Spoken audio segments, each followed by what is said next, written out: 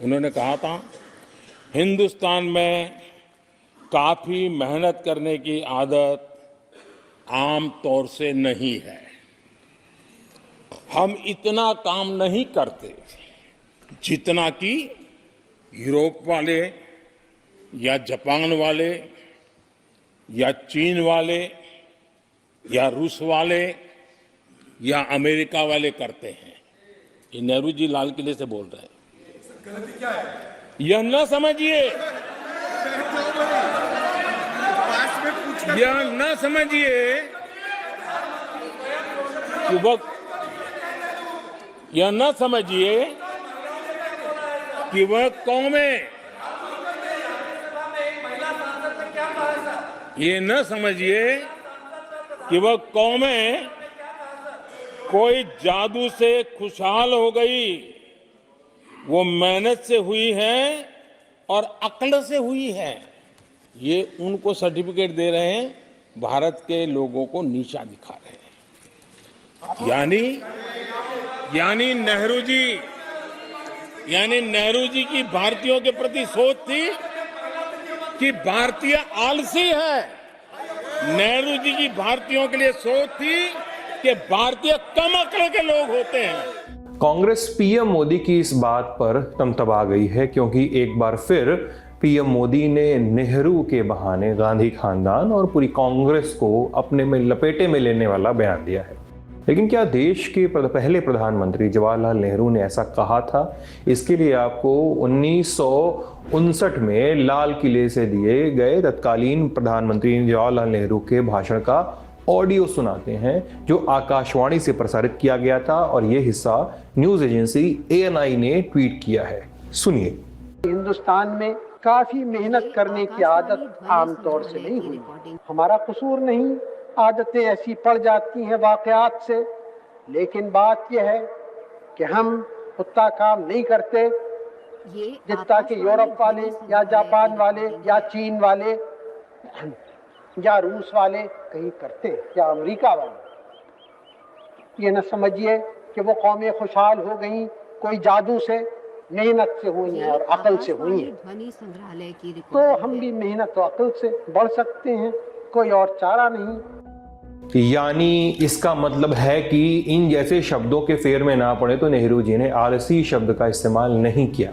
हाँ, ये जरूर कहा कि हमें काफी मेहनत करने की आदत नहीं हुई है। ये भी नहीं कहा कि हिंदुस्तानियों की अक्ल कम है। हाँ, ये जरूर कहा कि दूसरे देश मेहनत और अक्ल से आगे बढ़ें। ये नेहरू ने तब कहा था जब समय थोड़ा अलग तो था और अब तो थोड़ा अलग है ही। अब विपक्ष के नेता जो हैं वो इसका हवाला दे रहे हैं, कह रहे हैं तब के और अब के हालात में बहुत फर्क है। सुनिए विपक्ष के लोगों को। प्रधानमंत्री जी को क्या कहूं, उनके स्क्रिप्ट राइटर कम से कम इतिहास में उनको वो जगह नहीं दिला पाएंगे जो हासिल है नेहरू को। नेहरू को कौन सा देश मिला था और आपको कौन सा देश मिला? कल्पना कर लीजिए, तुलना कर लीजिए। नेहरू का विजन क्या था और आपका विजन क्या है? तुलना कर लीजिए। नेहरू सृजन कर रहे थे एक एक संस्थान की और आप उन्हीं संस्थानों में सेंध मार रहे हैं। नेहरू पब्लिक सेक्टर क्रिएट कर रहे थे, आप उनको अपने मित्रों को सौंप रहे हैं। बड़ा फर्क है सर, बहुत बड़ा फर्क है। आसमान पे पत्थर उछाल के गिरे मारेंगे ना, नीचे ही गिरेगा, शायद आपके आसपास। नेहरू जी के देहांत होके 60 साल हो गए, फिर भी यही कह रहा है कि नेहरू जी की गीत गाते ही रहते हैं कांग्रेस के खिलाफ। देखिए, आप कांग्रेस से गए 10 साल पहले, आप तो सत्ते में है 10 साल से, आप अपनी चीज वो अपनी जिम्मेदारी ले लीजिए। अब पीएम मोदी ने संसद में सिर्फ नेहरू ही नहीं, इंदिरा गांधी का भी जिक्र किया था। पीएम ने इंदिरा गांधी के लाल किले से दिए गए भाषण की याद दिलाई, जिसमें उन्होंने पराजय भावना को अपनाने वाली बात कही थी। पीएम ने इसके जरिए कांग्रेस पर चुटकी भी ले ली। सुनिए। इंदिरा जी ने जो लाल किले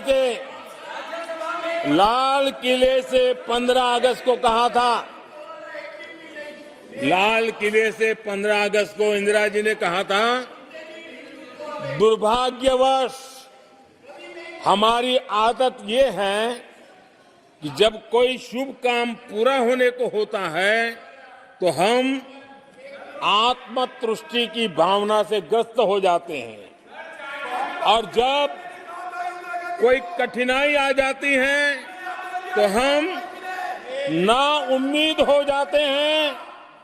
कभी कभी तो ऐसा लगने लगता है कि पूरे राष्ट्र ने ही पराजय भावना को अपना लिया है। आज कांग्रेस के लोगों को देख करके लगता है कि इंदिरा जी भले देश के लोगों का आकलन सही न कर पाए, लेकिन कांग्रेस का एकदम सटीक आकलन उन्होंने किया। लेकिन क्या वजह है कि पीएम मोदी बार बार नेहरू पर हमले करते हैं?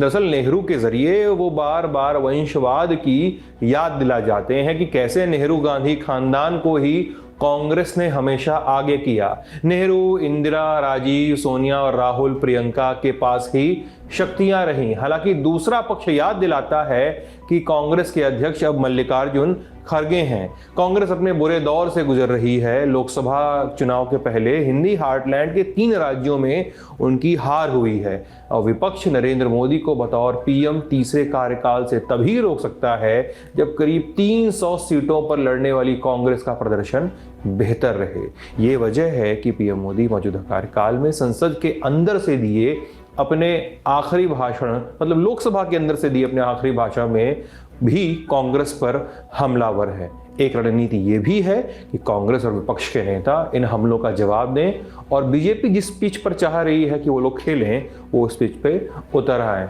लोकसभा चुनाव तक ऐसे वार और पलटवार जैसे कांग्रेस करती रही है, गौरव गोगोई ने जैसा कल जवाब दिया था पीएम के भाषण के समय और अधीर रंजन चौधरी ने, तो ऐसे पलटवार लोकसभा चुनाव तक और तेज और तीखे होंगे। संसद के बाहर भी अब बातें शुरू होंगी। अभी इस खबर में इतना ही। ये खबर गौरव ने लिखी थी, गौरव ताम्रकार ने। मैं हूं सिद्धांत, कैमरे के पीछे है मन।